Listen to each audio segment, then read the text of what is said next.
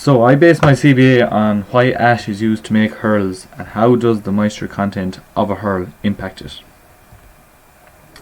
Okay, so getting back to the basics, what is hurling?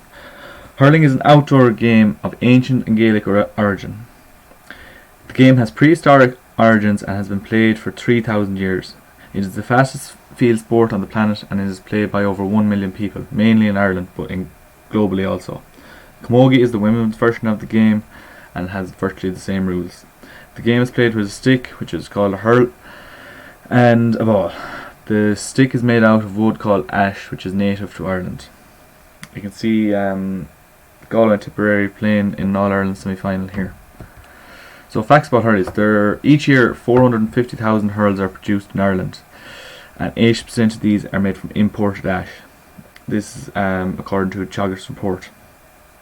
So currently there are 22,000 hectares of ash grown in Ireland, with 75% of that privately owned and the remainder owned by Cuilcha.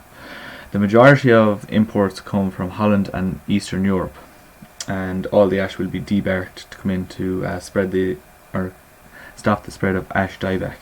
So ash dieback is currently not a problem in the short to medium term.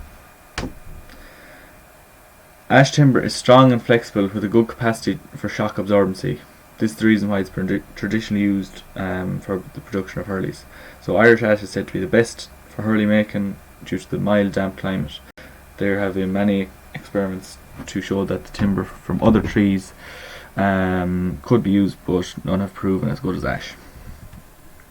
Okay, so I started off with an experiment.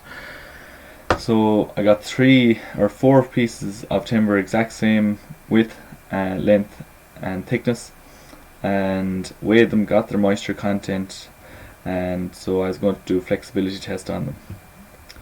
So here I show that I weighed them, weighed each piece and got its moisture content, so that's fairly accurate. Right, so the stages. So after I got the moisture content and mass, I recorded it and I clamped the timber to a surface. So I hung weights off the timber and measured the deflection against the force created by the weights. Each piece was clamped to the bench with 410 millimeters hanging off the edge. That was important for accuracy. The bench was 1380 millimeters from the ground, so this, after each weight was added, I measured a distance from the ground to the edge from a timber sample. The mass of the weight carried, the strap and the vice grip was 2.93 kgs. This is important not to forget this when I was calculating the mass and the force. I then added weight in increments of 2.5 kg until each sample broke. I recorded this data and concluded that ash was most suitable. So here are my recording and here's my graphs. So you can see that the deal does not take much force for it to break, so it wouldn't be suitable. Also, it's very light. So the ash takes a good amount of force to break, but not too much. So you need to be able to break a hurl for safety. The beech was very heavy and it took the most amount to break, so it made it unsuitable. And the last one, mahogany, broke very easily, which is quite surprising considering it is a hardwood. Here are just some of the stages. So the first picture is me measuring up from the edge of the piece to the ground. The second picture is just the weight carrier and how I attached it. The third picture is the deal with some weights on it. The fourth picture is ash again with weights on it again. You can see it's bending, which leads into the fifth picture where you can see the good flexibility properties of ash, and the sixth picture is of it breaking. Okay, so I just took a video of the breaking point. So this was ash again.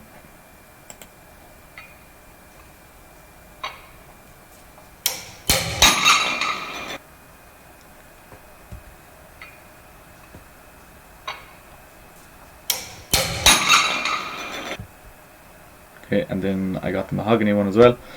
So this was actually quite surprising how easily it broke.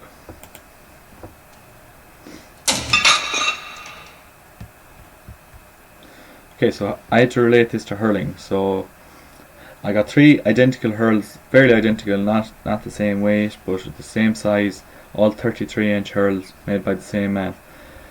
They had been in the shed for 2 or 3 years and had seasoned out well. So the experiment was, I had one control hurl which I wasn't going to do anything to, just leave it in the shed. One hurl I put in water for 2 nights, and the other hurl I left on top of the stove for 2 nights. I was going to measure the moisture content, the weight, and see how this impacts on the breaking point of a hurl. Okay, so these tables show the moisture content and the mass of the hurls both before and after the experiments. So the control didn't change much, 4 kgs in the difference, you'd expect that, it fluctuates, and the same with the moisture content. Now the one with the fire, the mass reduced substantially and the moisture content also reduced substantially, and it was quite the opposite with the hurl that I left in the water. So the mass rose substantially and the moisture content also rose substantially. So it was going to be interesting to see how this impacted the flexibility of a hurl and the deflection. So for experiment 2, it was basically the same as the other one, and hanging weights off it again, and here's a video explaining some reasoning. Okay, so most hurlers are broken when someone strikes the ball and either blocked down, and they usually break around here. So hurls grip like that, so we're going to grip it into a clamp like so. Grip it on.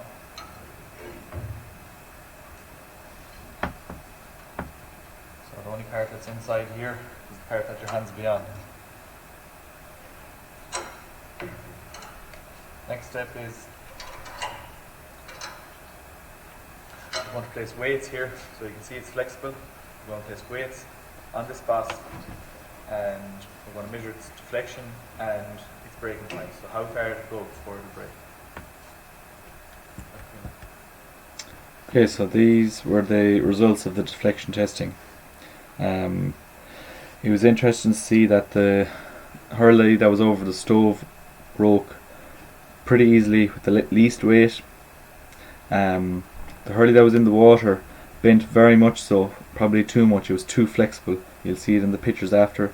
And the control hurl broke at a certain point, but you could put a good bit of weight on it. So a hurl needs to be able to break at a certain point for safety. Okay, so you can see these first 2 pictures. The picture to the left on the top is the hurl that was left over the stove, so it didn't really bend too much before breaking. Again, that's the second picture. Then the last 2 pictures are the hurls that were left in the water. You can see how flexible these are, especially the last picture. And that's over a 30-35 degree bend. This was quite surprising actually, that it didn't break at that point. Then the last pictures are where the hurl broke. So you can see the surface area of the break in both the wet hurl and the control hurl. So the surface area in the control hurl, there's a serious amount of surface area to fix that hurl, but the surface area on the last one, which is the one that was left over the fire, just broke at one point. Okay, so that will be unfixable. Okay, so in conclusion, you have to be very careful when minding your hurls. So make sure they're stored in a cool place, not too damp and not too hot. So there's no point leaving your hurls in your bedroom beside a radiator, because they'll just dry out. You could leave them out in a shed if it's Ireland is a damp enough climate, so you should be okay in a shed. During the summer, it's recommended that you put your hurls in a barrel of water just to keep the moisture up, not for too long, and they'll dry out again back to normal moisture contents fairly quickly. Also, you could use oils such as linseed oil to protect the hurl, and another good one is just leaving your hurl for 5 or 6 months to season out, and it'll have less chance of breaking.